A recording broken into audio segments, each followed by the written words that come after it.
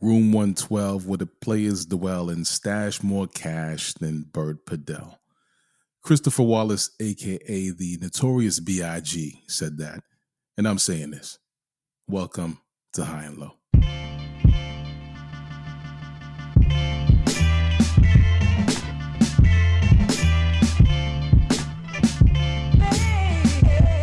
Good day and good night. Welcome to the High and Low Basketball Podcast. This is episode number 100 and Jordan, a.k.a. episode number 112. Yes, Jordan, as in Michael Jordan. You know, he wore the number 12 once upon a time in Orlando. See, everyone associates MJ with his iconic number 23, and we know that he wore the number 45 after coming out of retirement. But back on Valentine's Day in 1990, MJ was forced to wear a nameless number 12 Bulls jersey. I don't know if you guys remember that. They were playing the Orlando Magic. And that's the thing. It was discovered that his number 23 jersey had been stolen out of the locker room. And this is a locker room that was bolted shut. So according to the Orlando Magic, the jersey was taken by a cheeky member of staff who snuck into the Bulls locker room through the vents. Basically wanted to take the jersey, stash it, and then come back a couple of days and grab the jersey as if nobody would notice. Okay, maybe take Pippen's jersey. I don't know. Maybe. But anyway, needless to say, the jersey swap had no effect on Jordan's numbers. He dropped 49 on the Magic. However, Orlando won the game, so maybe there was a master plan. I don't know. And for the analytics nerds, yes, this means that in games where a player is wearing the number 12 on Valentine's Day in Orlando, MJ's averaging 49 points per game. Amazing. Take that, LeBron. Anyway, my name is Ike Amaechi, and today's starting lineup is Hugo, Sean Khan, and Mitch Orsatti. Around here, we live by the strict code governed by the high and low lives of the world, which means we talk about basketball, especially and specifically the NBA, and we talk about it at any time, anywhere, north, south, east, west, high and low. This week on High and Low, we're going to share our recommendations on what NBA fans can do with their downtime. You know, the off season. It's like there's not much to do. We're used to watching basketball, high quality basketball. So what do you do? I'm not used to watching basketball. Yeah, exactly. If you're not Sean. We also have a listener question to address, and I have a special question for these guys. I'll say no more until I ask it. Anyway, stay tuned for that. Before we lock in, let's just quickly check in. I shouldn't say quickly because I got a question for these guys. Hugo, a.k.a. High and Low's Tony Stark, or AC Green. Welcome back. Whoa. What? AC Green? Come on, You look man. like AC Green. No, man. Listen, I don't want that Iron Man streak, man. Okay, Tony Stark then. Tony Stark. Okay, that's a much better. Anyway, welcome back. Sean and Mitch, welcome back. Hey, this is not a Raptors podcast. No, it's not. It's butter. But a couple of you cape hard for the Toronto Raptors, and you must be feeling some way with all the bad energy, the bad juju being thrown at Toronto in light of the Kevin Durant trade rumors. No shout out to Chris Broussard. I said no shout out to Chris Broussard for his incendiary comments. Yes, I'm using that word for a second week in a row. He made some comments about how African Americans don't feel comfortable in Toronto, which is why Toronto doesn't get any free agents. I don't know, man. How does this make you guys feel? Well, let me go first because I feel like I'm going to be on a bit of a different side of the coin than these two guys. The wrong side. Continue. So, I mean, feeling comfortable, I can't really speak on because I'm not American. I'm not African American, obviously. But you know, he didn't say anything that we haven't heard from other sources already. Mainly, Lou Will said pretty much the same thing just after he left Toronto. And while he wasn't a superstar, he's one of only 5 Raptors to collect NBA hardware at the NBA Awards. So, you know, he does have some credibility. And Broussard essentially said the same thing. Maybe he said it with more words, but he is on TV as an analyst, so that's his job.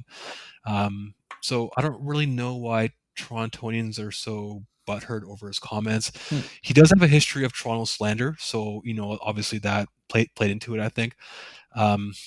He touched on the Raptors not being able to hold on to African-American superstars, so they could not hold on to McGrady, Vince Carter, Chris Bosh. We all know what happened with Kawhi. McGrady and Vince both express regret for leaving, and Kawhi, if he doesn't already, will regret it, though he probably won't ever talk about it. The other side to this coin is, what superstar free agents has Toronto signed? Forget superstar. What all-star caliber free agents have you signed that didn't already play for the team? The answer is pretty much none, especially when you talk about African Americans. But that doesn't bother me because that's not Toronto's formula for winning titles. What they're doing right now is the right play. They can't lose Siakam and Barnes if they trade for Durant, but they have some other pieces and draft picks to play with. So if it happens, great, but I don't want them to offer anything more than OG, Gary Trent, maybe Precious Achiuwa, some first-round draft picks. Not necessarily all of that, but a combination of some of those. So I think he was right. I think Broussard was right in his comments. Are you sure? Maybe he went about it in a crude way. But the track record of anything you would consider evidence essentially proves that. I think the only thing that would counter that is McGrady and Vince, expressing regret for leaving, though I think part of that was them wanting to play together as cousins and win as cousins. So Toronto, don't let his comments bother you. Trust the process that is the Raptors, that is Masai Ujiri.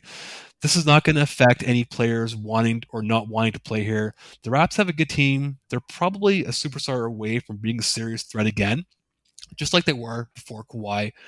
I just don't want them to lose Siakam or Barnes for a year, maybe two with Durant. I know he's under contract, but with superstars these days, and we're going to talk about this a little more, I think, later. And how they demand trades and stuff. You never know. So just don't blow up the core. Stay on course. Make sure the move, if you make it, is the right one. Nice. Wow, that was a really good spin. You really really took the track where you were like, oh, yeah, I didn't really say anything wrong, and then you said a whole lot of stuff that he didn't really talk about at all. What he said is nonsense. And Chris Broussard, with his French Canadian ass name, does exactly what he's paid to do. He spouts bullshit that isn't remotely true, and then backpedals with a quickness when he has to defend himself on his own dime. If you look at his Twitter account, he's doing tons of backpedaling after he said what he said on air. And honestly, like, regardless of what he said, I'm sick of all of it. I'm sick of all, like, the lack of accountability and credibility from these talking head monsters. Ike, you said it well last week. Pandora's box is already open. There's no going back. But man, there's got to be a better route forward than this xenophobic diarrhea that pours out of these guys' mouths. Like, there's just got to be a better way. I don't know if he's backpedaled though. He's Of course he backpedaled, man. No, but he stuck by his comments of saying players feel different when they're in Canada, right? Because and they do. Let's be honest. Lou Will said the exact same thing, and he was here for what, 2 years, 3 years, and he won 6th Man of the Year. So the fans loved him. He got everything he wanted out of Toronto, but he didn't want to live here. And yeah, but he's speaking for all African Americans, all black men that come and play in the NBA. Can't do that. No accountability for that. But let's just be honest about Lou Will. Lou Will was trying to get Toronto women, multiple Toronto women, to date him at the same time. Okay? him and his I need 2 girlfriends at once, at least. Exactly. Not gonna happen in Toronto. Exactly. Yeah. And it's not gonna happen. So he got butt hurt. Yeah. And then it started spewing all this nonsense as a result of it. Come on. Anyway, you go ahead. Yeah, so I sort of echo Mitch. Sean, you were almost on the right track, and then at the last minute, you swerved and went down the wrong path. So, when people, and you brought up Tracy and Vince, and I'm a little shocked because in 2022, we all know what the story is between Vince and Tracy. All right, it had nothing to do with Canada itself in any way, shape, or form. Tracy wanted his own team, period. He did not want to play in his cousin's shadow, period. That's the only reason why he left, okay? Vince, for good or for bad, had to deal with a very inept front office run by, rest in peace, Mr. Babcock, okay? That franchise. What? Yeah, he's dead. Yeah, he's dead. That Wait, no. franchise, when he was running Hold on the a second. franchise, look it up. Rob Babcock. He's not alive anymore. Okay, go ahead. Go That ahead. franchise was in shambles. Shambles. It was a joke of a joke of a joke. Okay. And he wanted out of there. And then he expressed remorse and he wanted to stay. But MLSC and those running the Raptors were like, no. You said you wanted out? You're out. And that's why we got a couple of players and a bag of unmagic beans. So getting back to preacher's son's foolish comments. I get the whole, okay, Canada is a whole different country, right? And I don't like words like it feels different because it's just code for I'm too ignorant to articulate what I'm talking about. Toronto is a major city. We have a major international airport that's kind of crappy right now, but when it's working, you can get to pretty much anywhere you need to get to in the world. And I've said it before, I get it. Some players, some people think the greatest place to be in the world is the United States. Even if you're living under an overpass on I-90, it's better living there than living in anywhere else in the world. And I believe it's more of a ignorant mindset that people have from the U.S., not all people, but some people from the U.S. thinking that, oh, Canada is just so different and so odd, I just don't want to live here. Okay, that's fine. Then it's not the formula for the Raptors, but to me, that just shows your closed-mindedness. That just shows that you're not very worldly. That just shows to me that you're very ignorant. And if you don't want to come, that's fine. Yeah, speak for yourself, sir. But Masai and what he's done for the Raptors over X amount of years, that's not a good enough excuse anymore to say you don't want to come and play for Toronto. Wow. Anyway, it's noted. You go, Sean, Mitch. I appreciate your time this week. Oh, is Thank that you it? for joining me. Wrap it up. Nah, we're not going to wrap it up. We'll continue. Listeners, hey, thank you for joining us for yet another installment of the program. As you can see, we are ready. We are ready to get into discussion. Another week, another episode, more NBA, some more high and low. This week in NBA history, LeBron came home, and Portland's Roy Wonder set the Summer League on fire. Yes, he did. Long before Chet Holmgren did. If you're watching Chet Holmgren in the Summer League, it's crazy right now. Anyway, back to this. On July 11th, 2014, LeBron James announced to the world through a Sports Illustrated article that he was returning to the Cleveland Cavaliers after jumping ship for South Beach 4 years before. And after the burnt LeBron jerseys, the tears, the anguish caused by his departure, all was forgiven very quickly. In the article, LeBron told Lee Jenkins, and I quote, "When I left Cleveland, I was on a mission. I was seeking championships and we won two. But Miami already knew that feeling. Our city hasn't had that feeling in a long time. My goal is to win as many titles as possible, no question. But what's most important for me is bringing one trophy back to Northeast Ohio." I'll say this, LeBron is a man of his word. He won. He stole one, actually, from Golden State. Well, he didn't win seven, though. Is he really a man of his word? How many did he count He didn't off? win. He did count seven. 2010, he counted off seven. But guy. I think he learned his lesson, and he said he just wants to bring one trophy back to Northeast Ohio, which he did in 2016. So I mean, hey, all right, I guess he learned his lesson. Quick sidebar. We've never seen a free agency signing since that Miami Heatles signing. Those guys came out like they were wrestlers. Oh, Fireworks, Chris amazing. Bosh pumping his chest and shouting at the ceiling. God, I couldn't believe what I was watching. It was incredible. I was like, I hate these guys so Yeah, much. I hate them so much. But this is great. This is that heat. And then they lost. That was hilarious. I loved it. That San Antonio series was a thing of beauty. Anyone who hated the Heat just loved watching them just go down in flames. Look at me, look with all the puns. Anyway,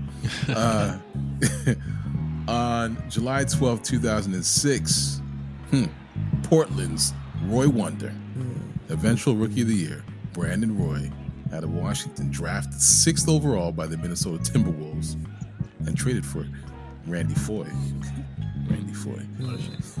Well, he showed Minnesota how big of a mistake that trade was. And he used the Phoenix Suns as an example in the Summer League game. He scored 35 points against the Suns and set a new Summer League scoring record. And hey, that's my Brandon Roy reference for the episode.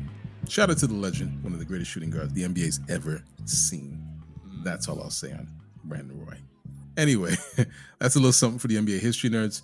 Things are certainly happening in the NBA today, so let's talk about it. Let's talk about something important. All right, so we have a listener question. We have a question from Amir in Philadelphia, PA.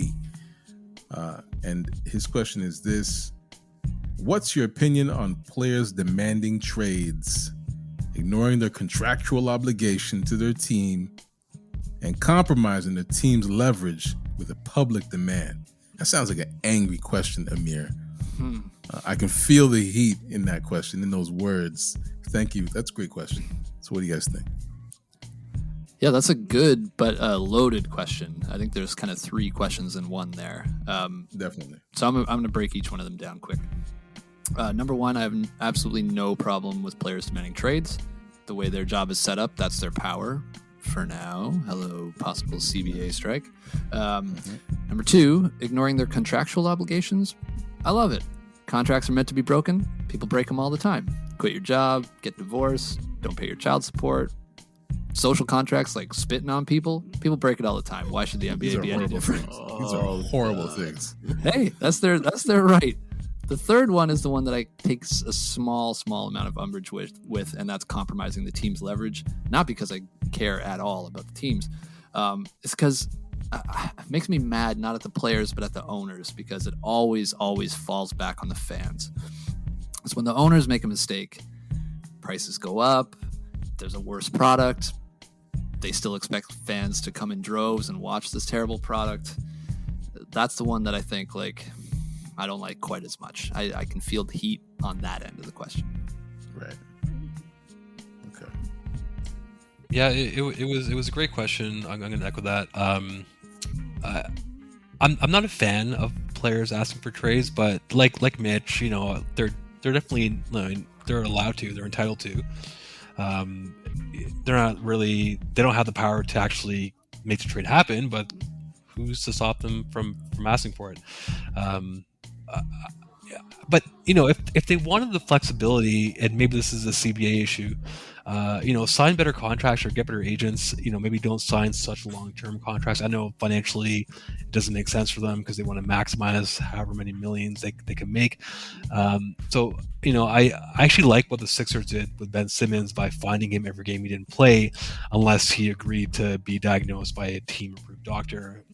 I think he could have played during his back or prior to injuring his back, which was probably injured because he didn't play for so long.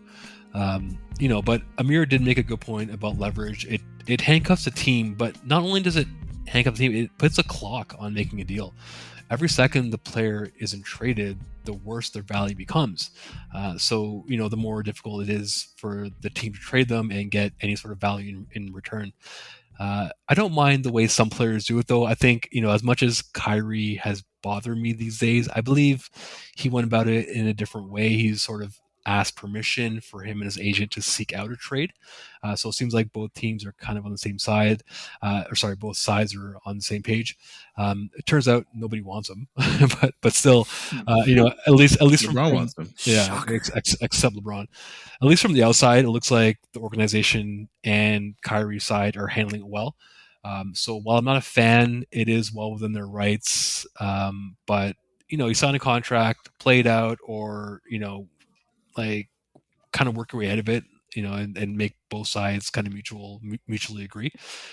Demanding trades, like you guys have all said, has sort of handcuffed them and makes it difficult to actually make the deal. Okay, so I'll answer this question the same way Mitch answered it. So, listen, Amir, this is a dumb question. I'm sorry. So, wow. Number 1. What have I ever done to make you treat me so disrespectfully? No, it is because, and let me explain myself. So, number 1, I love players demanding a trade. It adds to the drama. It adds to the spice. Look at us. We're spending time talking about the NBA off season.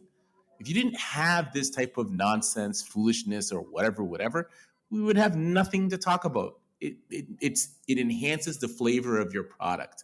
Let them demand trades. Let GMs get mad. Let the fans get pissed off. It's perfectly fine.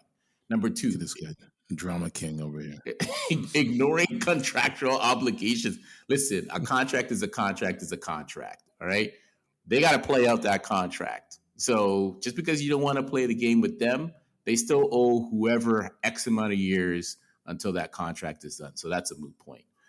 Now, compromising the team's leverage. Okay. Yeah, maybe so.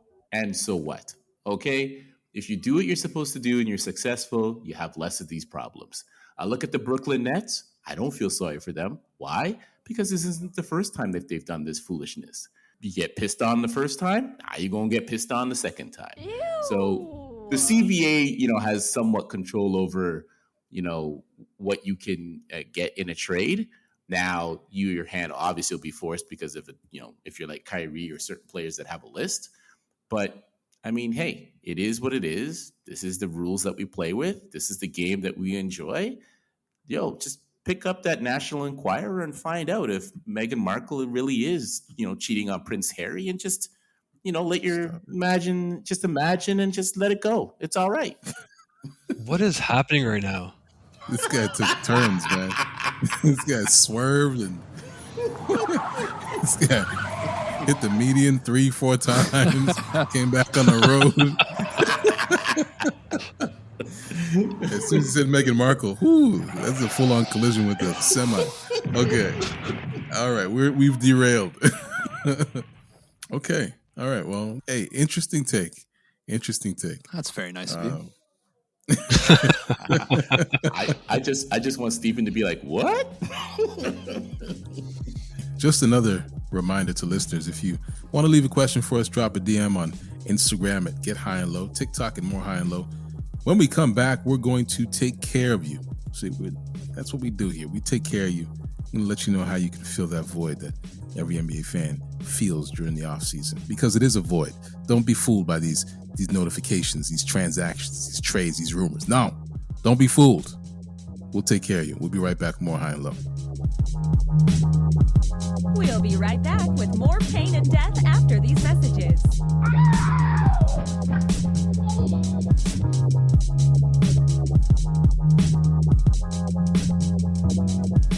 This moment is brought to you by High and Low listeners. This week, we had listeners share their opinion on the top 5 things players should be doing during this offseason. And we heard from Wesley in Somerville, Massachusetts, a.k.a. Wes. Wants me to call him Wes.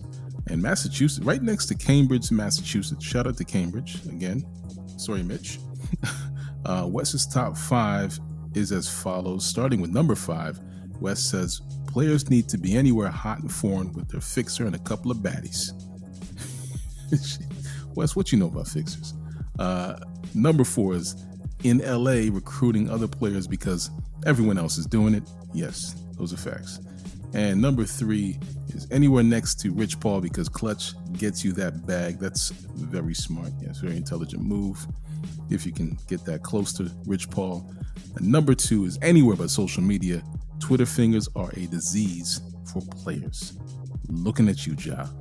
And the number 1 thing players should be doing during the offseason is, well, they need to be in the gym, getting ready for next season because rest is for the dead. Wow.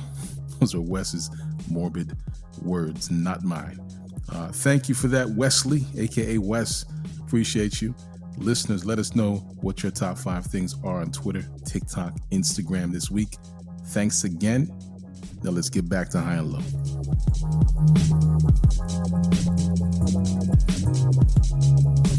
Would you like to answer a question right at this particular time? Would you like to do that? And we are back. I'm Ike Amaechi, and I'm here with Hugo, Mitch, Orsatti, and Sean Khan.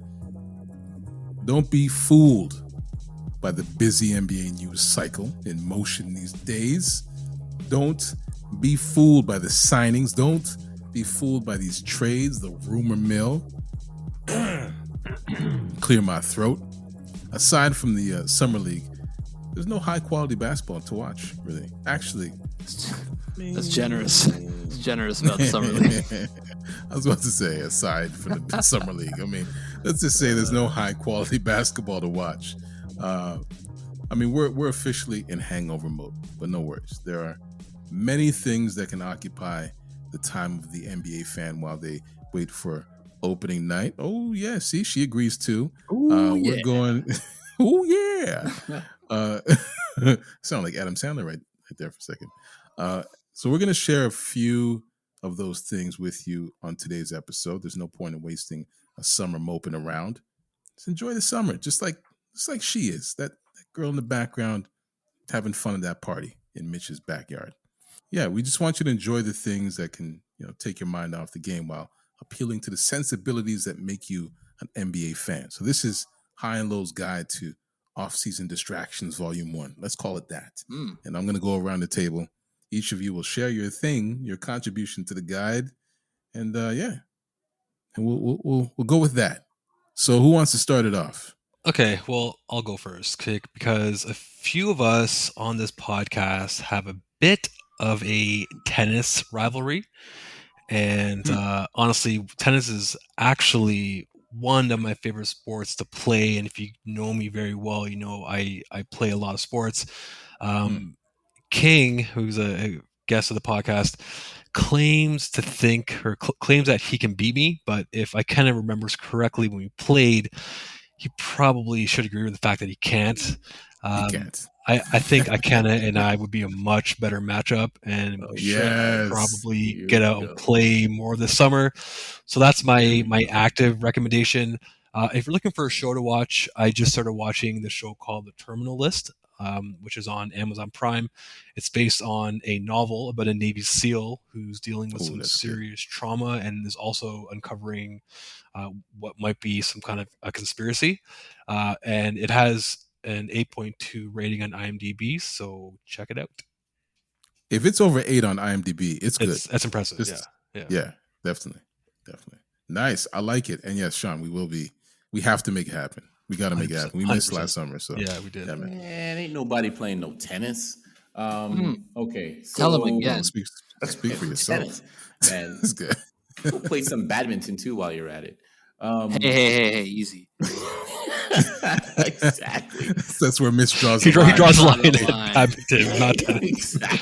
Exactly. Okay, so what I'll say is, there's a certain group by the name of Digital Underground, and they had a really good song called Do What You Like. And after these 2 summers that were lost due to the pandemic, I would tell everybody out there, do what you like, whether it's legal, illegal, hopefully it doesn't get you too much time in jail, but as your attorney, I am imploring you to retract that statement. The second half of that statement, take that back. If you want to, if you want to spit on somebody, just go start spitting on people. If that's what you want to do. Exactly. Listen, if that's your thing and you want that kind of excitement and adrenaline rush, be my guest.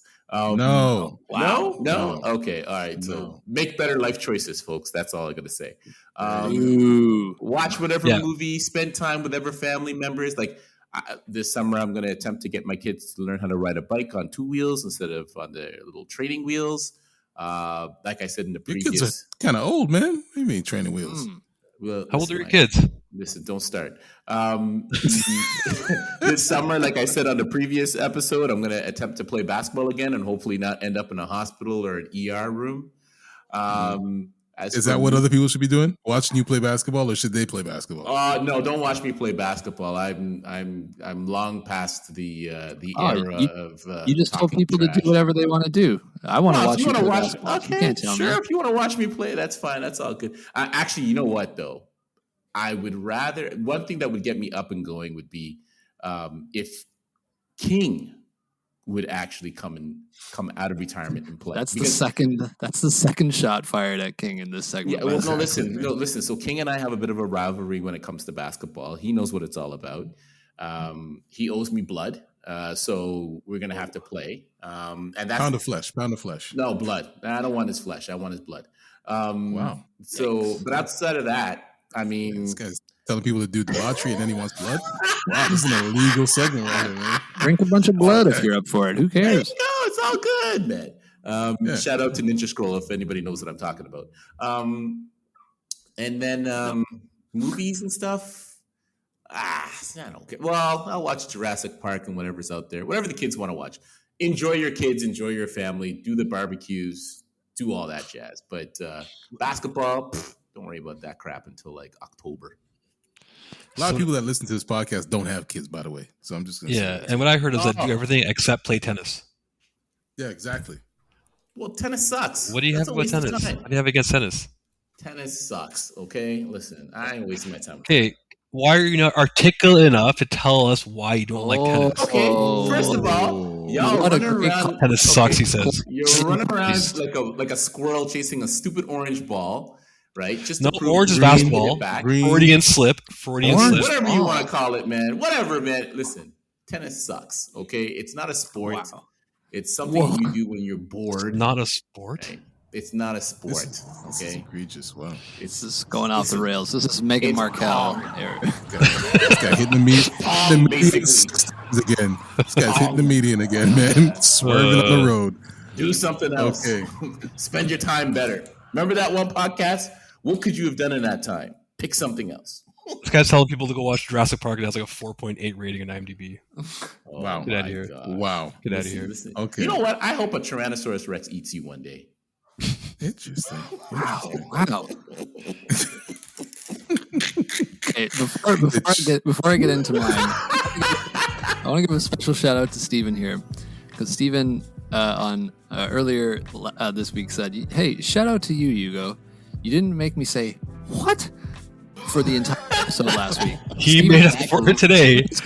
Steven's voice is going to be hoarse after this. After he listens to this episode, jeez, man, you've been on one. Wow. Okay, so I'm going to bring it back to reality here a little bit. I have also a show that I think everybody should watch, and that is, if you haven't seen it, Severance. Severance is absolutely incredible. Sean likes to tout his IMDb as 8.7 on IMDb. It's, Adam McKay. Adam McKay, yeah. It's Adam Scott is the lead. Adam Scott, yeah. It's like a office worker who splits his brain halftime between being a normal person and being a worker person. It's super, super great. I definitely recommend it. It's extremely unique. I haven't seen anything like it. You should watch that.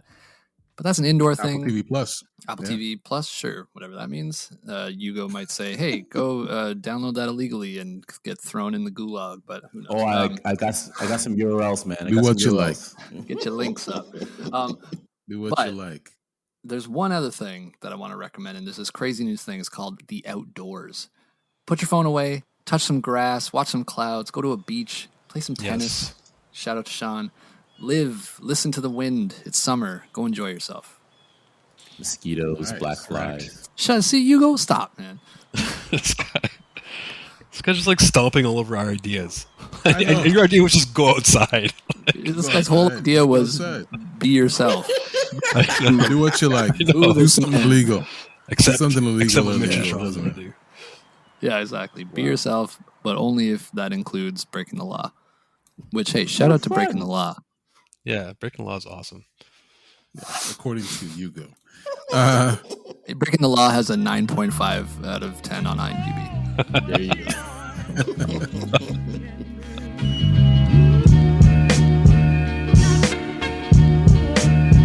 I think one of the obvious answers here is just watch some WNBA games. True. Yes. Yeah, watch some WNBA. Well, relax. I mean, if That was dope.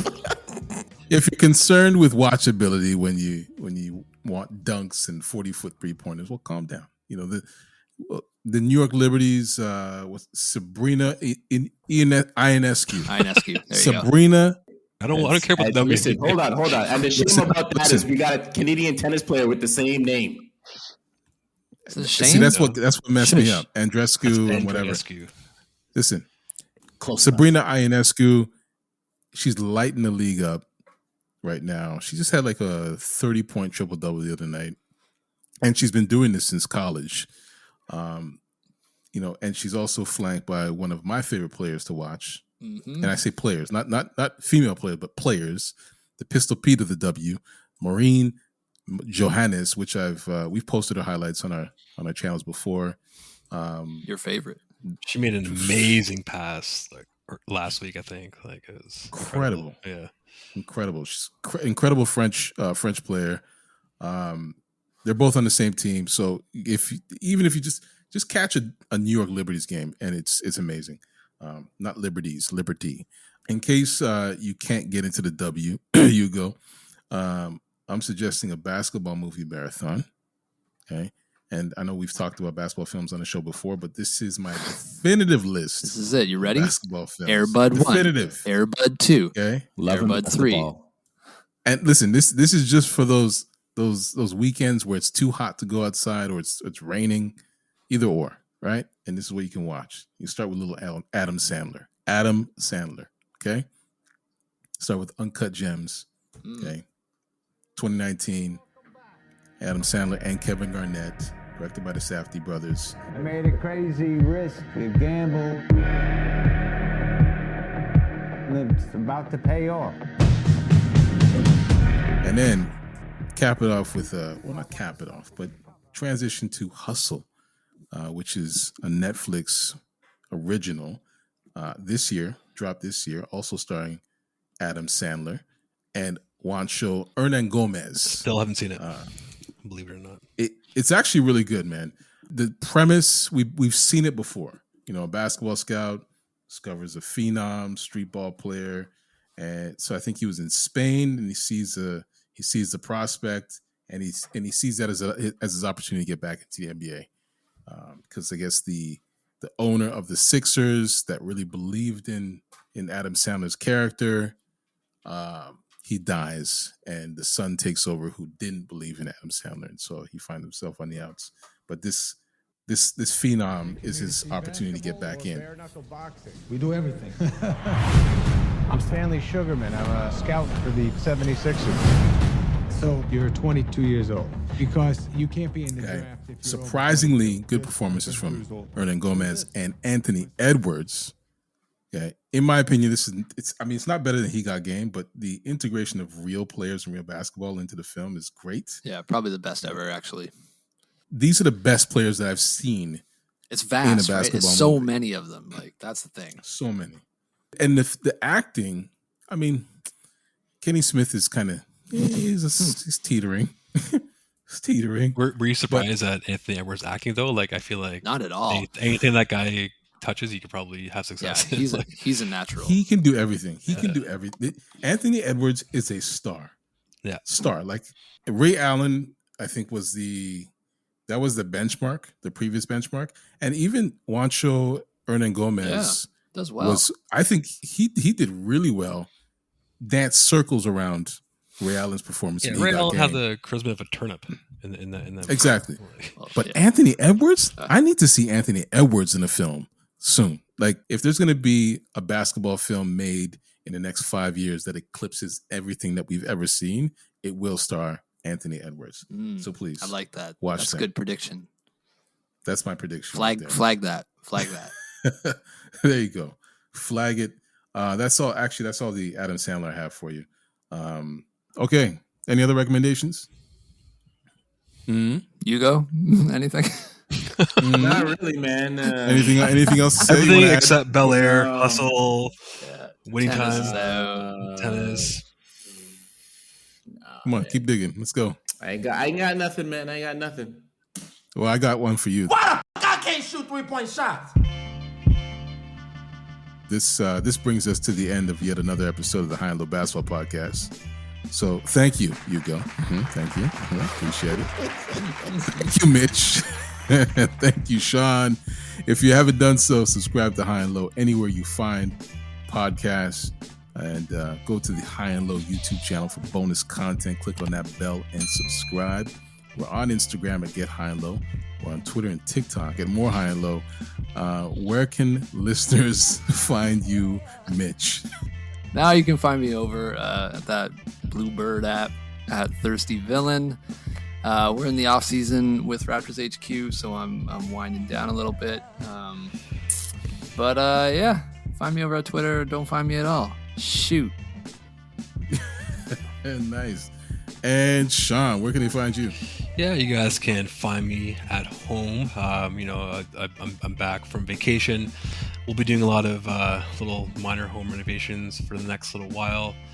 We've got another little controversy on the way. So, I think we're both going through some nesting right now. So, yeah, just trying to complete some stuff around the house. But, yeah, I'll just be home chilling. Gotta get that Ethernet cord set up, eh? Oh, man. That's far down the list. But, yeah, maybe someday. That was months ago. That's probably a year ago. That was a long time ago. Wow. Deep pull. Okay. And Hugo, where can they find you? You can find me on Instagram at thirsty.hero. There you go. Boom. What? Some DMs. What? Yes, thirsty.hero. You had one job. You had one job. This man spells it. What? He spells it thirsty, Herro. That's this guy right here. Thirsty. Thirsty hero. Yeah. I'll see how long this goes for. Thirsty Doc, though? You got to change that. Sucks. Man, somebody already took it from me, man. I didn't do it as quickly as I should have. That's a fact. That's a fact. Anyway, once again, music is by Live of the Enjoy Music Group. That's the music you're listening to right now. Music is also by Sonny Rockwell of The Goodness. You can't find that guy anywhere. I think that's the way you say it. Sound design. I can't speak at all. This Sapporo's got me going. Poro. Single Sapporo over here. Many. Sound design is by Vonn+Abrahamm. This is a Vonn+Abrahamm podcast, just in case you didn't know. So on behalf of Mitch, Sean, and Hugo, I'm Ike Amaechi. Thank you for listening to High and Low, and we'll see you next week. Spread love, do crime. Do what you like. Exactly. Say what you like.